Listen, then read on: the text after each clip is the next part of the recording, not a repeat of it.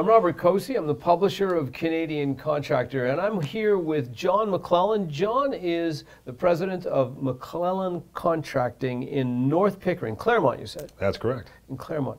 John's got a great story to tell about the trajectory of his contracting company, and wanted to bring him in and tell us a little bit about what it was like to grow his company up to the place that it's at today. Now, John was our cover guy for August of 2012. So we've known John for a little while. John, at that time, we told the story of your work in accessibility contracting, or accessibility installations.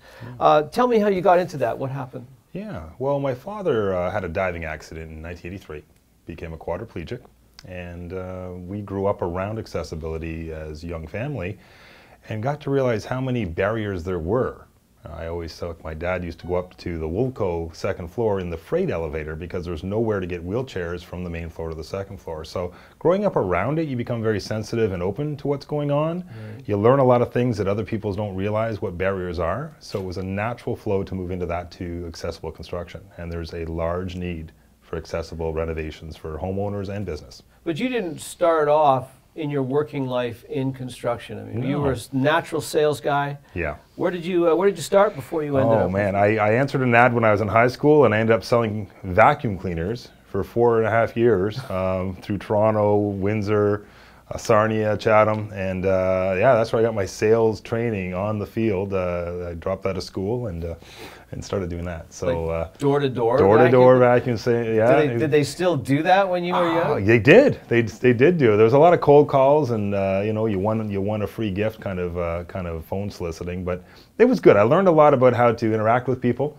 You know, I was 17 years old. I how to read people and how to follow buying signals. So that was my university.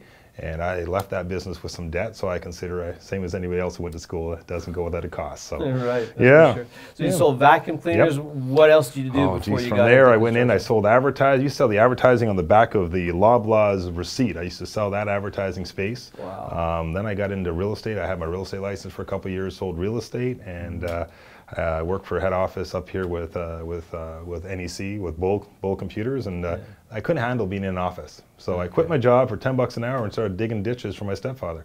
And I fell in love with being outside. Okay, so you're digging ditches. Yep. You got all this sales training. Yep. It's not being very well used in the ditches. No. But now your dad became a quadriplegic when you were quite young. Yeah. So this is so my dad had passed away. Or something. Yeah. So I was 13. So my dad passed away, and I started working for now my stepfather. And after about a few months with him, I'm like, listen, you know, why don't I go out and try to sell something?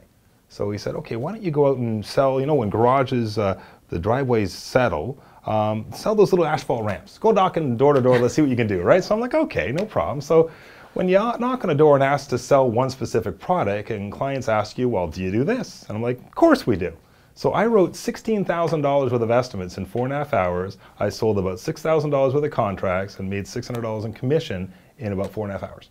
And I'm like, that's it. I figured it out. Your career in construction was launched. That's right. That's right. And also, unfortunately, as all young entrepreneurs, I'm like, well, if the salesman makes all the money, then why do I need to work for anyone else? So I decided to go out and start doing my own stuff. And the sales, as we know, is only one part of it. You know, there's the selling, the production, the business running of it. And but I loved it. I love talking with people, meeting with people. Well, we want to dig into the story of the growth of your construction company, but first we're going to hear from our sponsor. 40 years in the business, and this I know. Customers for a $250,000 renovation are a lot more demanding of quality and performance than the ones that hired you to assemble their $1,500 garden shed. That's why ICO's Dynasty shingles are the only shingles you'll be using on their projects. With their reinforced armor zone nailing area and dynamic curb appeal, ICO's Dynasty shingles are tough, durable, and the only shingle that can meet the demands of a quality client. Man, these shingles are tough.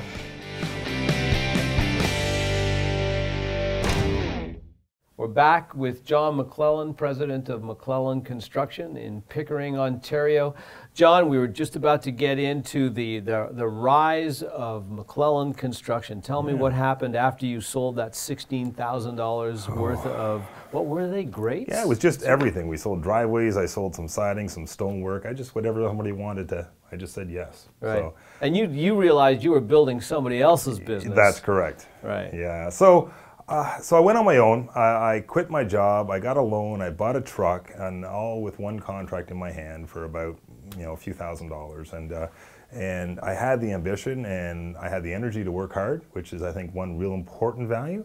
It's not the only value you need. I mean, I worked real hard for a bunch of years and built the company up to a half a dozen people, a dozen people, and it was hard to be sustainable. How long did it take you to get up to that level of, say, half a dozen people? I'm going to say it probably took about 10 years. 10 years, really? Yeah. So what kind of gross were you doing at the time? Like $500,000 or something like that? Under $1 million. Under $1 million. Under $1 million, right? So, so not a lot of profit at the end of the day. I was going to say, you're pretty much basically working to keep yourself working. And to keep others working, too. And keep others working, yeah. What was that like? I mean, what was that experience like? Because there's a lot of contractors that have that experience where they're just really working to keep other people busy and they're just taking whatever's left at the end of the day. That's right. You don't know your value is what it is.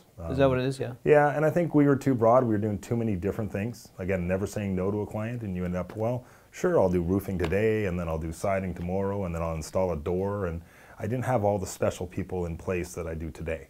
Okay, so you sort of spread yourself too thin. You had to have all kinds of equipment to do all kinds of different things. So you had this massive inventory of equipment that sat idle for 3 months before you used it again, and you couldn't really pull a value out of that equipment. Is that fair to say? Well, yeah, it is true. I mean, if you are a drywaller and you drywall every day, you're going to get very good at it. You only need one box of tools to do it. And you know your pricing, you know your cost to the dollar. Yeah. Where if you do drywalling today and then painting tomorrow and then up on a roof the next day and then cleaning gutters and then changing a window and doing a brick, you can do it all. And what I found is that the value of a client is what I was hitting on. So I had a great relationship with my client. They trusted me. They wanted to hire only me. Yeah. So I said, okay, you know what? Instead of going out and trying to find a new client, I'd use the existing client and just do whatever they said. So even if I didn't make money, at least I kept the client and maybe I'll make it on the next job. And I think it's still the right thing to do. I mean, over 90% of my revenue comes from repeat clients and referrals. Right. So, and that's because of that idea of taking good care of my clients and offering them what they need.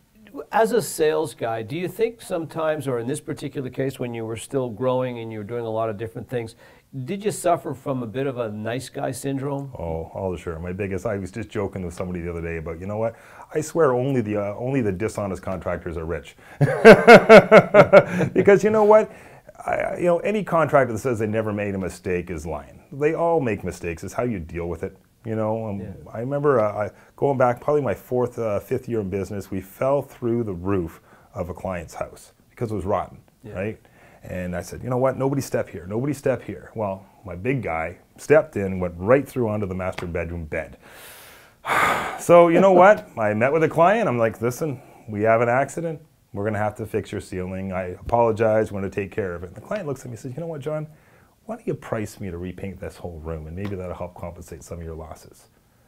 No problem. He says, you know what, you came to me, you made the mistake, no excuses, you took responsibility for it. That single one client from going back 13 years ago has been the #1 passer of leads to me over all these years, and now his grandson works for me now too. And that's because we did the right thing without argument or consideration at all. We just did the right thing. Did you come to that decision by some really hard learning, or was that just a natural inclination for you? I mean, were you just you didn't want to do the wrong thing, or did you do the wrong thing often enough that you got, you know what, I got to start doing the right thing? Yeah, you know what, I'm going to go with doing the right thing is in my blood, but I'll never get my stepfather, I'll give him kudos on this when he said, listen, even if you have to pull money out of your pocket, make sure the client is left feeling that they got a good job and good value. That's a real tough thing, because really that relates to managing expectations. And again, from a sales point of view, what do you do to make sure that you manage expectations of your client? Well, getting to know your client is so important. Where right now, everything on the internet, it's not personal. It's price this per square foot, price this per day, and you lose that personability. But when we sit down and meet with a client and do a real sales presentation, not just drop a quote in the mailbox, right? You get to learn the values. And we just... When you say learn values, what do you mean? Your values. Your values or the customer's values? The customer's values. Yeah, okay. because there's a different price for different clients, and it's not because of what kind of car they drive, but what is their expectations. So my perfect customer is someone that's had a bad experience with a contractor before. All right, because that's interesting. It is, yeah, because you know what? There's a lot more bad than good out there. Okay, but I want to find out what was their experience. Was it that they just didn't show up all the time? Can you give me an example of somebody that was a customer that you turned around and made a? Yeah, okay. So we run into a client that had a problem, and I don't want to get too specific. Because I hope they watch this program too. but there's different levels of expectations in clients. Yeah. So I asked them, show me what that other contractor did wrong. And they pointed out some quality flaws that I would say, okay, are kind of acceptable, but now I know to him or her, it's not acceptable. So I make a little note of that. All right, and there was a huge dust issue because of allergies. Okay, the other contractor was extra dirty. We have to be extra clean. So of course you make these notes, you compensate a little bit additional money and time for it because it doesn't happen for free. And then you go about it with a challenge. You set the expectations for your team and make sure they fulfill it. But you have to know that. Where on the other hand, you'll get clients like, no worries, I'll sweep up for you. I'll take care of the garbage. I ripped down the drywall for you to help you guys out. Those clients are everybody's favorite client. But you need to know that going into the job so you can price fairly for each client. Okay, so what are some of the rules that you apply to yourself and your sales staff now? How many guys do you have selling? So I've got 2 salespeople right now and a third that will be hired in the next week.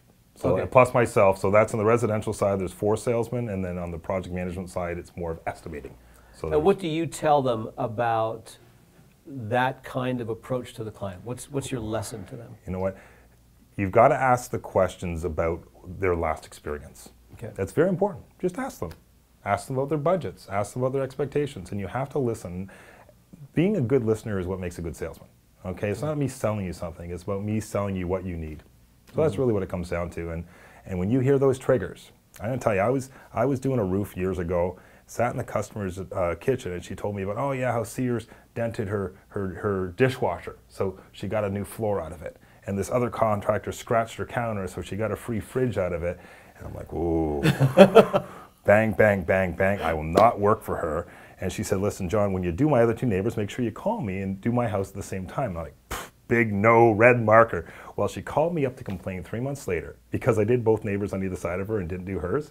And the complaint she gave me, I'm the worst contractor in the industry, and she'll never refer me. And I'm like, thank goodness, she's not even my client and she's talking this bad about me. What if I did do work for you? And those are the kind of clients, those signals you have to listen for. So you fired clients? I fired clients for quoting me against my suppliers. You have to take, you know what? If it's right in your heart and gut in your gut, it's right. And if somebody's doing something unethical, if they're doing it as a customer or as a subcontractor or even as another contractor, it's in their blood. So they're going to do something wrong to you, and you don't want to be part of it. So that ethical standard has served you well? Huge. Yeah. Yep. Okay. Yep. Now, you like I say, you started off from the sales perspective and you sold everything and you really were very successful. But it sounds like you ran into a production side problem as you grew. Tell me a little bit about what that experience was like. Yeah, so as you grow and you've got workers and you're like, well, if I hire a foreman are expensive to kind of manage the workers, and I really tried to manage the workers and run the company and sell and do my accounting. It was just too much. There's only so much you can do. So there was some mistakes that took place as far as communication between the guys. We put the wrong color of a shingle on a house once and things like that, right? But there were mistakes that could have been avoided. So we finally had to break down and start hiring some more senior people. We kind of brought some people up. I've got 2 people with me 18 years that are fantastic. They're both senior people now. And they've got good values and good management skills for their team. But knowing you need someone to be out there in the field running it, you can't do it without, and you have to budget that into it. If I'm going to run the business and sell, I need someone else to handle the production, getting the job done properly, and then of course collecting the money too when it's done. So that transition must have been difficult. And at what gross were you at when you were starting to make that transition where you really had to step back from the production side? I think once I hit $1 million, it was important I started getting additional foremen that took responsibility. Right. Yeah. What are the characteristics of the people that you put in place to do that? Honesty above all, okay, dedication to the company and about doing the job right. Both these employees that I have in mind, you know what, they will drive by a job and say, hey, that's my siding job. That's my deck. They're proud of it. And one thing you can't teach is pride. All right, so that's really important when hiring someone. They got to care, not just about the money. If they're going to work for you for $200,000, they're going to work for you for $80,000. They got to work because they want to work. It's not about the money. Money should never be part of the negotiation. It's about what they're going to give you and what they care about. You know? Give me an example of somebody who didn't work out for you. What were the things that were the signals or the triggers that showed you that they weren't going to fit in your team? I think that key word is the team. If they've not, team players. So we went through a general manager, and actually a branch manager just left about a week or two ago too. They were kind of trying to build their own, you know, their own silo, their own irreplaceable man situation. You know, they wouldn't share their information. They'd hide all their stuff. And what happens with those men is greed takes over. So I had a general manager running my show, and again, very intelligent, brought a lot of money to the table, but I think greed got the biggest of it.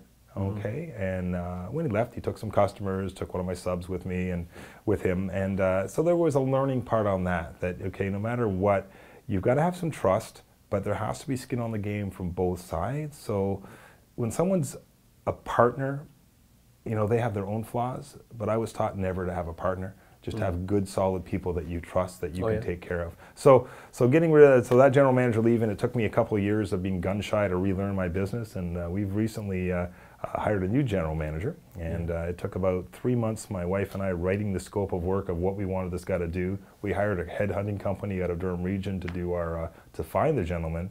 Their way of interviewing was fantastic, because I like everybody. You know, that's the I problem. do. I like everybody. And so everybody likes you, John. I know, that's a problem. Which that part of it's good. But you know, so I'm not even in the interview. I'm one of the 3 interviews. So senior people and the GM does the interviewing with accounting or production. They go through the interview questions. So we found this guy's fantastic. You know, checked all the boxes. Young man, young family, hard worker, and he really cares about success. So he's been with us now, it's got to be almost 4 months. Very happy with that. So yeah, I had a conversation with him when we were talking last week, I think it was, and he sounds like he's very matter of fact, not unemotional. You're a pretty emotional guy, right? You're pretty volatile. I wouldn't say volatile. No, but, you know, like you get excited. True. He didn't sound like a very excited guy at all, but that's exactly what you need. That's what you need. So I mean, you've had a chance to really get an opportunity to see where your flaws are, right? I mean, through that whole challenge of growing the business, you could see where your weaknesses were. Sounds to me like you found a way to kind of backfill the weaknesses and let you just go ahead and do what you're strong at. That's key. Do what you like to do, and then it's not really work anymore. Let me ask you this. Do you think that it's true that the things you like to do are the things that you are strongest at? Or could it be that the things that you are strongest at are not necessarily things you like to do? Wow. I've never looked at it like that. You know what I like to do? I like to go and socialize. I like to do this. I like to golf tournaments. If I could just do that for a living, wouldn't that be amazing? Okay. So it's not all what makes me money. So what you like to do doesn't always make you money. Right. I spent 5 hours on the Easter Friday going through accounting with my accountant, figuring out job costings and that. So I didn't mind it, but then I'm a goal guy. Yeah. You know, you ever bruised fingers from using a calculator?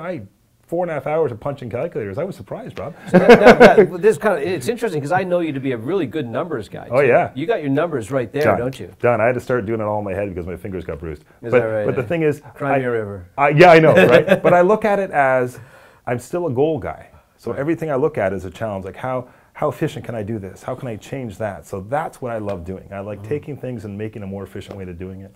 I mean, you know, what do you think is more important if you had to make a choice between being a good salesperson or being a good visionary goal guy? Oh, yeah. What do you think is your strongest suit, or which would you rather have more of than the other? I think I have some good visions. I know they're not all structured and written down. My sales is all about the way I speak with people, you know, and really work on explaining and educating my clients, and then that helps me sell it. Yeah, but what I'm saying is, if you had to choose between one or the other, if God came along and took away one and said, you got to ride on the other. Sales. Would you rather ride on the sales? Yep, for sure. And let somebody else do the vision? They can do the vision, Is that right, eh? I love owning my company. I love doing what I do, but I do not want to be the GM. You know, I hated that part of the job. You know what? The disciplinary, all that, no, that's not what I like. You know, one day I can give up my presidency and just become the salesman. So. Oh, so that's you would go off into you just be a sales guy. Yep. I You're love one of the doing guys. this. Yep, exactly. Right, eh? Yeah. See, that's very interesting that you could actually grow yourself to grow your company to the point where you can choose whichever job you want inside the company and then just go and do that and let somebody else take the headaches. That'll be the fun time. Yeah. Well, when you were growing, and again, we were part of that story a little bit when you hired the GM. There were also some personnel issues that you had to deal with. What did you learn from that experience? Wow. You know what? Listen to your gut and listen to your wife. Same thing, right? I'm going to say that, right? Yeah. So I'm one of these people, go back to the nice guy. I can find greatness in everybody. I can see potential in everyone. And the problem with that is that not everybody will reach the potential that you see in them. And the negatives that you got to put up with, trying to work on getting that person working perfectly. And again, everyone's got their own baggage they bring to a job with them, and we've had some bad attitudes, some real bad eggs in the office. That it took a lot. And it isn't to work necessarily what's going on in the office, but it's just the person brings the rest of they their bring lives it in with them. That's right, and that affects other people. And we're not all mind readers, right? So yeah, it's important that people like where they work. And you have to do what it is in order to make sure everyone enjoys what they do for a living, that they know the boss is there to support them. All right? One of the things that can happen is you can get, as a boss, you can get a kind of a savior mentality. Like you say, you see the good in somebody, and you think, if only I can get them to a place they can become good. Really difficult, isn't it? It is. It's hard. And you feel like you're trying to help everyone out. And I do. My good people, to be honest, I went out at 2:30 in the morning the other weekend to pick up one of my people that got nipped for drinking and driving. And I bailed them out of the cop shop in the middle of the night, because that's what a boss does when he cares about his employees. And that happens. So you got to be there for people. How do you identify the difference between a person who's got flaws, but you can see an essential value that is encourageable? You know what? The motive behind it, I think that's what it is. Yeah. Did this person go out of their way to try to steal something? Did this person go out of their way to try to be deceitful? That's what you got to look at. Everybody makes a mistake. People miscut lumber, you know. People put the wrong color shingles on a house. Accidents happen, right? Is that a reason to fire somebody? You want to look for malicious intent. That's the key thing. When you find someone that really, there's nothing I can do to change this, you need to cut it quick, and that's where having a third party to think about it there, because I wanted to save everybody. We've gone through a few staffing changes in the last 6-8 months, and I feel honestly they were all good. Okay, some of them were my choice, some of them were the employee's choice, but all of them were for the right reason. And the people that replaced are so much better in a lot of different values. So okay, well, I want to get into how you could tell the difference and how that maturity of your selecting ability, or at least the way you've designed your selection capability, how that's matured over the years. But we're going to hear from our sponsor one more time. Perfect. We'll be right back. Thanks. Are you a good builder? Do you want to build the best product you can? I'm Robert Cosi, 40 years, a contractor, writer, and publisher for the renovation and custom home building industry. ICO Dynasty is different. Testing has shown this fiberglass mat shingle with a special Armor Zone nailing area virtually eliminates pull-through and stands up longer under stress than conventional shingles. All right, we're back with John McClellan, president of McLellan Contracting in Pickering, Ontario. And we were just talking about that decision, or that ability to identify the right people for your company, the people that are going to fit, and even though they're going to make mistakes, you know that they will recover and get better for them. That kind of characteristic. Now, first of all, I want to ask you, how many people do you have working for you now? Okay, so we have, I'm going to say 48 employee status, and then about 9 that are full-time subcontractor status that work for us seasonal full-time. Yeah, that changes over the year because you do seasonal work. Well, let's actually, you know what, we haven't talked about what kind of work you do mostly. So maybe just go through the okay, so majority of it is, I call exterior building envelope, right? So roofing, eaves troughs, soffit fascia, siding, windows, doors, and right down to foundation waterproofing. We also do ICF foundation work, separate entrances to a basement. I got 4 teams that work on bathroom renovations, and of that, one of the teams is specifically accessibility. That's pretty much the bulk of it. You have the project management work too, right? Yeah, well, and the project management would be larger versions of that. So the management team will deal with, siding 20 townhouses or roofing 50 townhouses and that sort of stuff. There's also a little bit of commercial, a little bit of government, and then maintenance. A lot of maintenance work going on with tiles falling off and painting and drywall and stuff. So, yeah. So that's a lot of people. A lot of people. You don't have the opportunity to vet every one of them. I haven't even met all of them.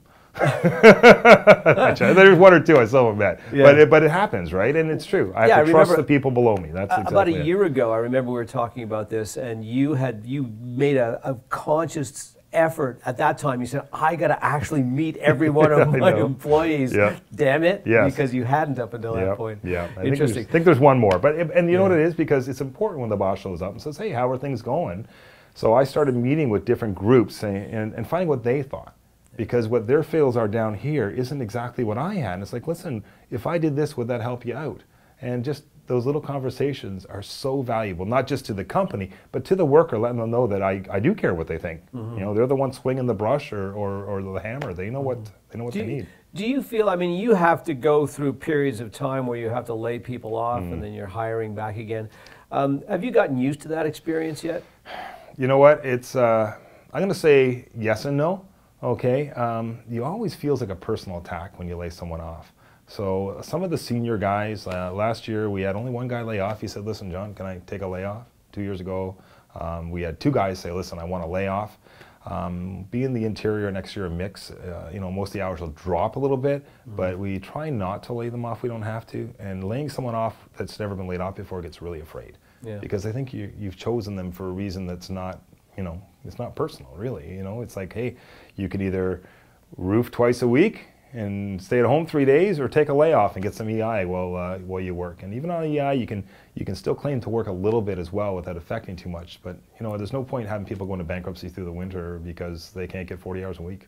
Yeah, it's one of the narratives that really bothers me in popular culture, that small businessmen, or even businessmen in general, are cutthroat and don't care about their workers, or really work by the numbers rather than recognize the humanity and the people that work around them. And it's just not true. I know so many small business people who run businesses, and it's agonizing for them when they have to lay good people off, and when they have to make changes that they're not comfortable with because somebody's got to suffer. And I think it's an important point to make that virtually any contractor that I've met in my 40 years in this industry, they're hiring people, they have a real sense for what it means to be supporting these people's families and their lives. The last last year or so, you had some turnover in your staff, but it sounds like it's settling down now. You've got your new GM. Tell me a little bit about, now that we've got sort of a plateau, what do you see in the future? How do you see you're wanting to grow your business from here on? Now you're doing, you're grossing about $4 million a year now? Yeah, 4 and change, yeah. 4 and change? Yeah. Okay, and you've got a vision to go to 5 We'll do 5 this year, we're on target. So. Okay, so how does that growth happen? Where is the opportunity for margin, and where's the opportunity for growth in what you're doing? Well, I think what we want to work on is trying to get some streamlining on some of the divisions, okay? We're going to start knocking out stuff that we make no money on. Right. So we're at that point now that there are things that you make no money on and therefore no value to the client. So we're going to start eliminating some of those things. We've got a great service division. We're great with emergency response. But we want to start building up our project management team. So because there's so many opportunities now for project management. Signing a contract's easy. Running it, to me, is the hard thing. When you say project management, you mean project management based contracts? So it's a project management fee? Or? No. Having a project manager who works for me that can run the project completely. And sometimes you're going to use your in-house people. Sometimes you're going to use your subcontractors, your electricians, your plumbers, your drywallers if you need to. So, but having someone to run that project, that's what makes the difference. And that's where sometimes we are short. We only have a couple project managers, and they're busy as they can be right now. So that's the one growth you need, is someone to run that project a little smoother, so we can build up more project managers, because we can do more work if we had more people to run it. We really could. Yeah. That's where we find is our little bottleneck, right? Yeah. Yeah. Now, one of the things I remember you talking about was the a metric that you would use to identify how much business a salesperson should bring in. Yep. Tell me how you work that out. Yeah. What are your numbers? So you kind of try to, without getting too open book with you, right? But basically, a salesman's got to run 11 times their wage. Okay. That's what they have to sell.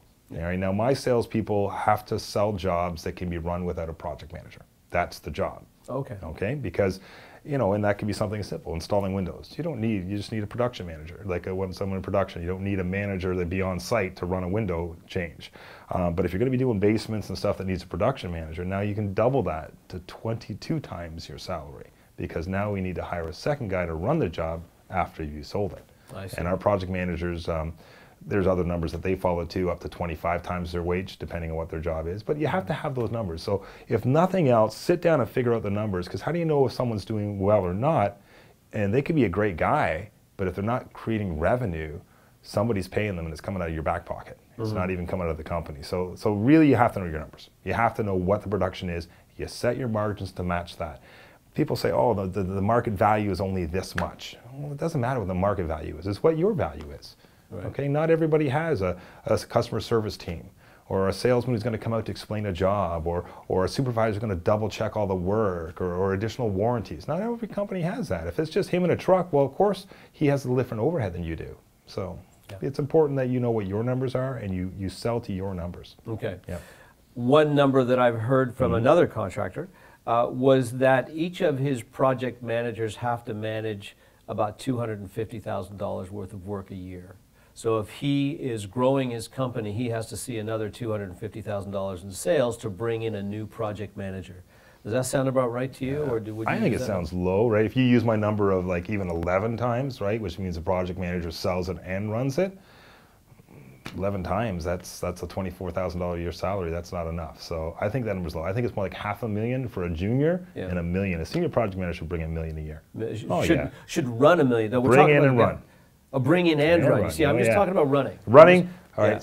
So running, then it should be even more than that. If you're running, if a senior project manager should run well over $1 million a year, and a junior should run $500,000 a year minimum, along with other tasks. Okay. So if you're going to make the step, and that's the problem, the million is kind of that ceiling. Right? If you're doing $1 million and you're making good money, stop. My stepsister's in that situation. I said, stop, be happy. You're making good money. Stop. All right? Because that next jump, oh man, you don't make a lot of money on that next jump, because you're hiring a senior person. You're now hiring a second person in the office to run your all these people that have to be hired to just.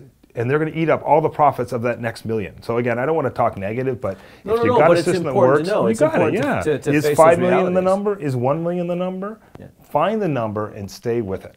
Okay. Once you have the number working, you can always do things to increase efficiencies to bring your profit up. But growth isn't always the right answer. Okay, that's a very good point. Yeah.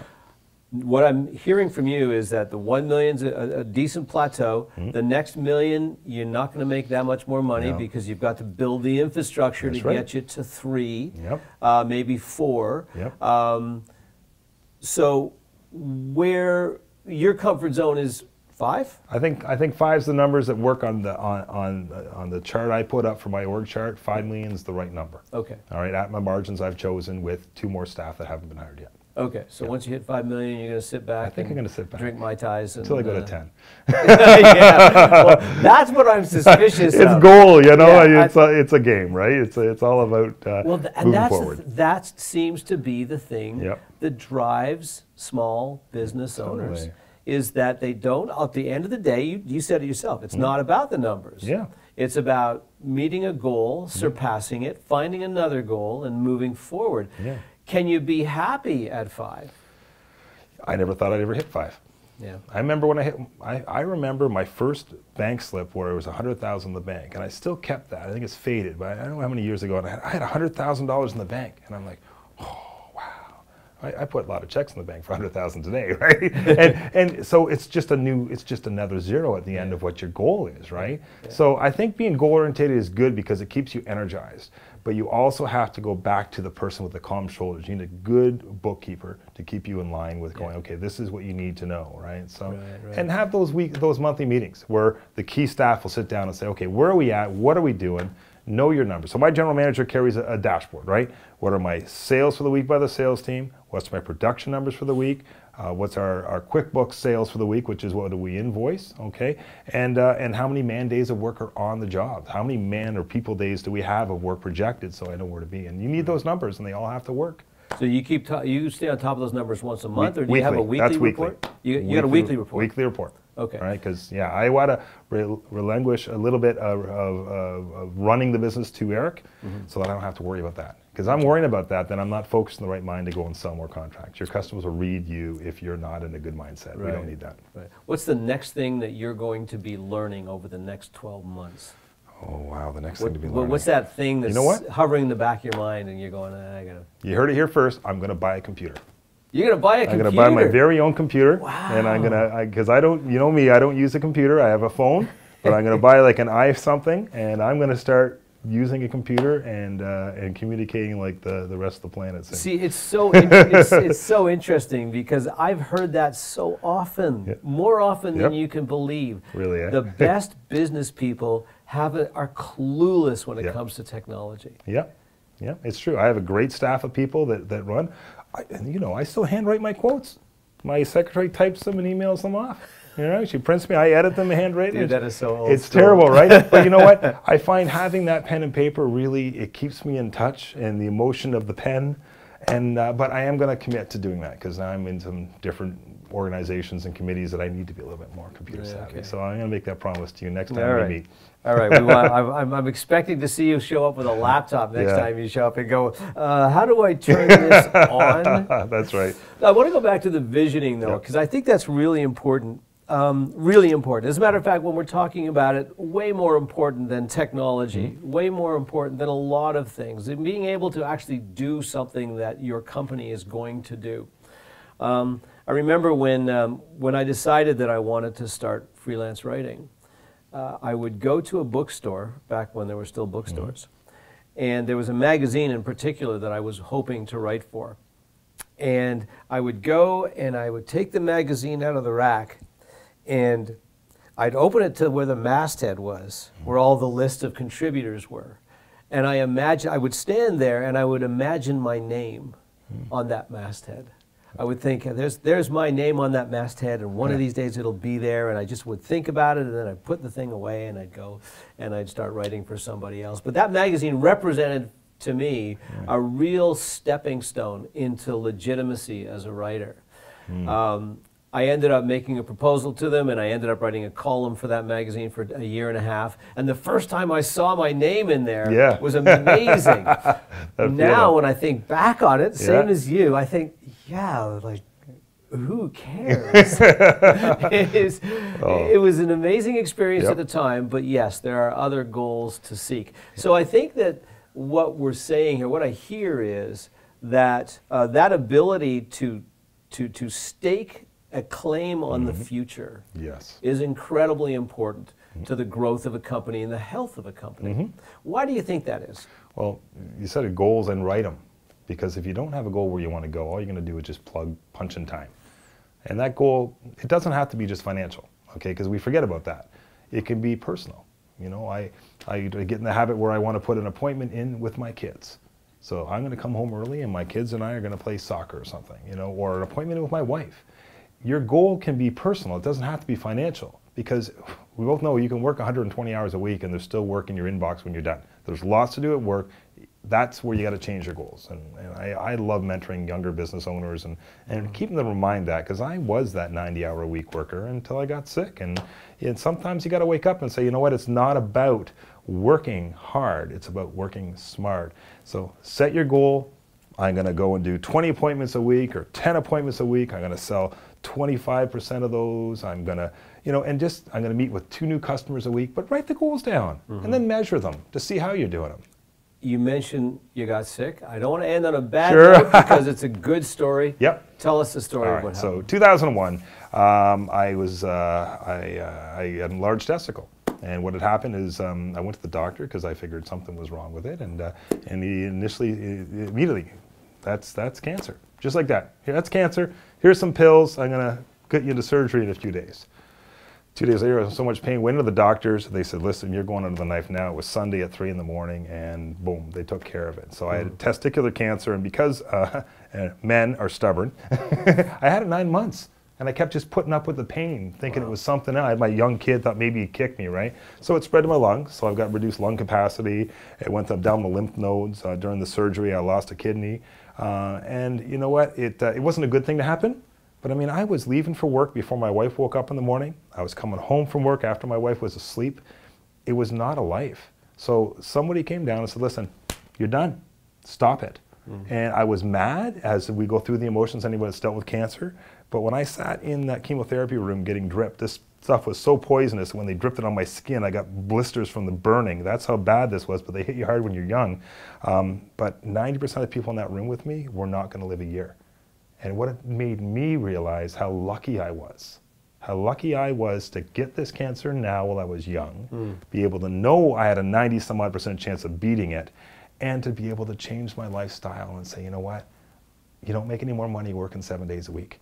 You're not having a healthy life. You know, working that many hours, you're not mentally healthy, you're not eating properly, you're not doing anything right. Okay, so that it did. So it was a bad situation that I turned into a good reason. It's a lesson I learned from it, and I share it with as many people as I can, because you're right, it's about what you're getting out of life. So yeah, I have no regrets about it. So is it possible for people to learn those lessons without having to get I hope so. I mean, true, really, right? it's you know, it reminds me of the thinking that the analogy we use quite often when a kid is in the kitchen and they want to touch the hot stove, and the parent says, "No, don't touch the stove, it's hot." They can learn two ways. One way or the other, they will never touch a hot stove again. They'll either learn by listening to their parent, or they'll learn by touching the stove. But one way or the other, they will never touch the stove again. Which would you rather learn, right? I think that's the definition between intelligence and wisdom, right? As they say, you know, an intelligent man learns by their own mistake, but a wise man learns by other people's mistakes. And that's, honestly, if that's one thing we can share, you know, listen to your peers. Listen to contractors who have been doing it longer than you have. You know, take them out for coffee, take them out for lunch, pick their brains. Okay, get over the humps they got out of it. They all want to share. The good ones do. No, you're right. You're right, and I really appreciate that. It's cheers. a great place to end this conversation. That's why we're wanting to do these interviews. They're long, and I know they're going to. But we're hoping that people will understand that we need to dig deep in the contracting life to understand where the problems are and where the solutions are as well. And I think this has been a great conversation in doing that. Definitely. Hey, Thanks very much for coming in. Hey, thank you. Appreciate it. Cheers.